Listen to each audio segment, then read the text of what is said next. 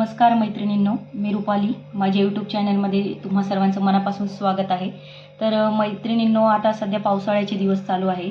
तर पावसाळ्यात खास त्याच्यासाठी मी हे पौष्टिक लाडू घेऊन आलेली आहे. तर हे कोणाचं कंबर दुखत असेल किंवा कोणाचे हाडांचा प्रॉब्लेम असेल किंवा अंगदुखी असेल, कुठलंही काहीही असू द्या दुखणं, तर त्याच्यासाठी हे खास पौष्टिक लाडूची मी रेसिपी आज घेऊन आलेली आहे. बघू शकता, असे छोटे छोटे छान लाडू बनवले आहे. रोज एक जरी खाल्ला ना तरी तुमचं हे जे दुखणं आहे ना ते थांबणार आहे. त्यामुळे हे मी आज लाडूची रेसिपी दाखवत आहे. तर चला बघूया. तर चला आपण रेसिपीकडे वळूया. ही जी वाटी घेतलेली आहे, या वाटीने मी 3 वाट्या हे गव्हाचं पीठ घेतलेलं आहे. गव्हाचं पीठ आपल्याला गाळून नाही घ्यायचं आहे, कारण त्यातला कोंडा आपल्याला बाजूला करायचं नाही, कारण आपण एकदम पौष्टिक लाडू बनवत आहोत. त्यामुळे आपल्याला गव्हाचं पीठ जसं दळून आणलेलं आहे तसंच घ्यायचं आहे आपल्याला. नंतर मी हे काही ड्रायफ्रूट्स वगैरे घेतलेले आहेत. तूप घेतलेलं आहे. हे तूप मी गावरान तूप वापरत आहे. तर मी हे 3 ते 4 चमचे मी गावरानी तूप घेतलेलं आहे. आणि मी हे 1 वाटी मी आपले कोरडं खोबरं असतं ना ते घेतलेलं आहे. तुम्ही किस पण घेऊ शकतात, किसून. मी असे काप करून घेतलेले आहे 1 वाटी. हे काजू घेतलेले आहे अर्धी वाटीला थोडेसे कमी. तुम्ही याचं प्रमाण कमी जास्त करू शकतात. 1 वाटी मी हे खारीक घेतलेली आहे.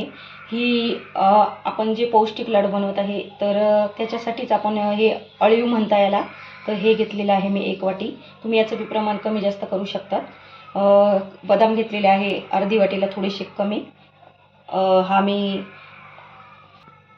छोटी वाटी मी 1 वाटी डिंक घेतलेला आहे. तुम्ही याचं बी प्रमाण कमी जास्त करू शकता. मी हे 3 चमचे तरी येईल एवढं घेतलेलं आहे. हे मी 2 चमचे मी इथं मेथी दाणे घेतलेले आहे, कारण मेथी दाणे खूप म्हणजे चांगले असतात, त्यामुळे मी 2 चमचे घेत आहे. ह्या मी भोपळ्याचे बिया घेतलेल्या आहे अर्धी वाटी. ह्या पण तुम्ही कमी जास्त करू शकतात. आणि अजून तुम्हाला वाटले तर तुम्ही दुसरे पण ड्रायफ्रूट्स घेऊ शकतात यामध्ये. आणि मी अर्धी वाटीला थोडीशी कमी तिळी घेतलेली आहे, ठेवलेली आहे. थोडंसं आपल्याला तूप टाकून घ्यायचं आहे यामध्ये.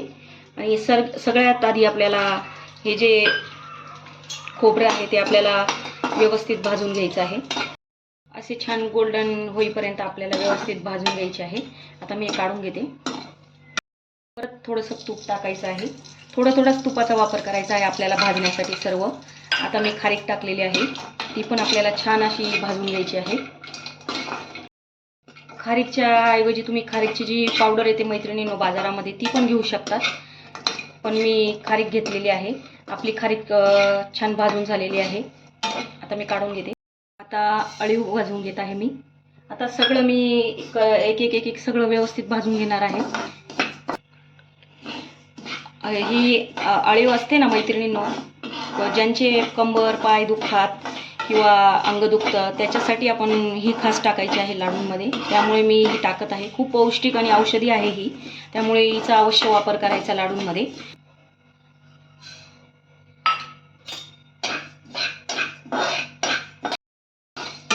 आता या भोपळ्याची बिया आहे ते आपण भाजून घेऊया.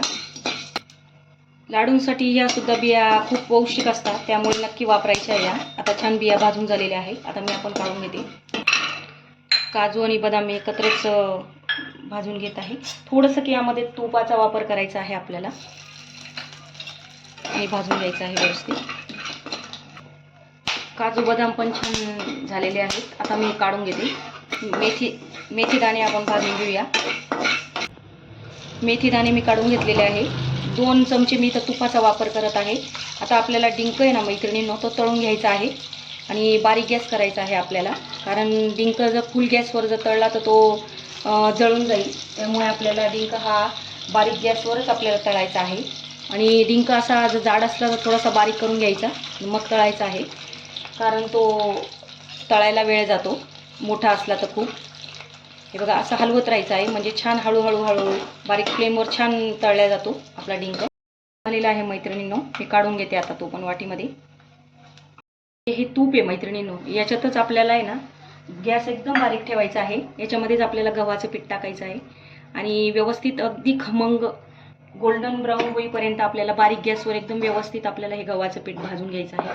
जेवढं तुम्ही छान भाजणार आहात ना, तेवढे जे आपले लाडू आहे ना ते खूप छान लागणार आहे. त्यामुळे पिठावरच सगळा खेळ असतो. त्यामुळे एकदम खमंग आणि छान भाजायचं आहे. पीठ छान भाजून झालेलं आहे मैत्रिणींनो, बघू शकता तुम्ही. थोडा कलर चेंज झालेला आहे आपल्या पिठाचा आता आणि खमंग वास पण सुटलेला आहे. बारीक गॅसवरच छान भाजून घेतलेलं आहे मी पीठ. मला याला 15 ते 20 मिनिटं लागलेले आहे पीठ भाजायला. आता मी हे काढून घेते एका भांड्यामध्ये. हे मैत्रिणींनो मी एका वाटीत काढून घेतलेलं आहे. आता हे पीठ आपल्याला गार होऊ द्यायचं आहे.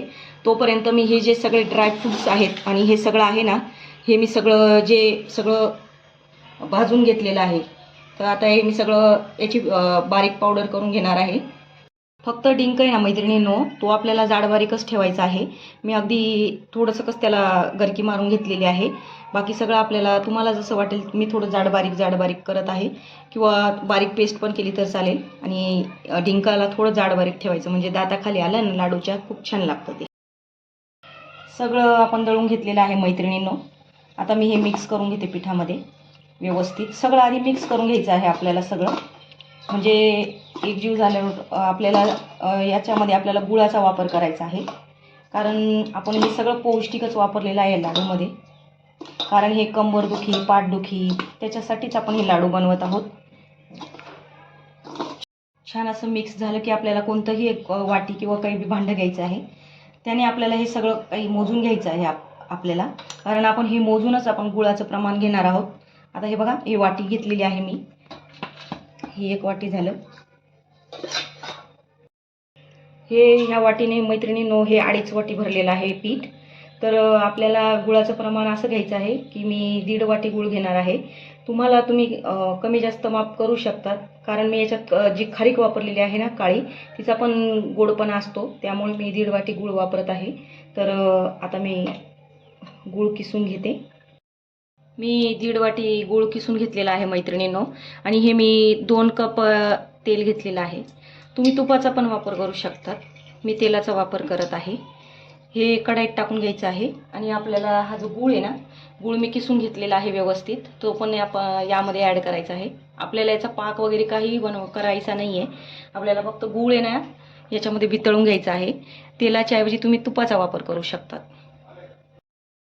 आपला गूळ आहे ना मैत्रिणींनो, हे बघू शकता तुम्ही, वितळायला लागलेला आहे. अगदी थोडासा कच राहिलेला आहे वितळायचा. आपल्याला पाक वगैरे बिलकुल करायचा नाही, तर आपले जे लाडू असतात ना ते कडक होऊन जातात. त्यामुळे आपल्याला फक्त वितळून घ्यायचा आहे हा गूळ.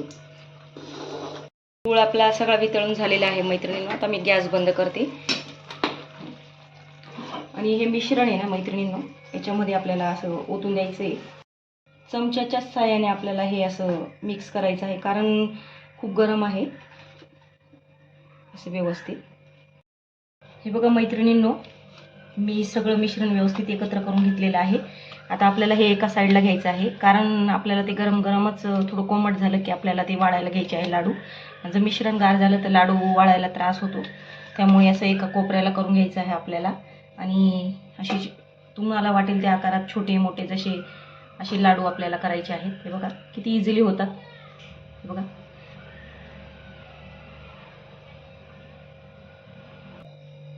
हे बघा किती सुंदर लाडू झालेला आहे.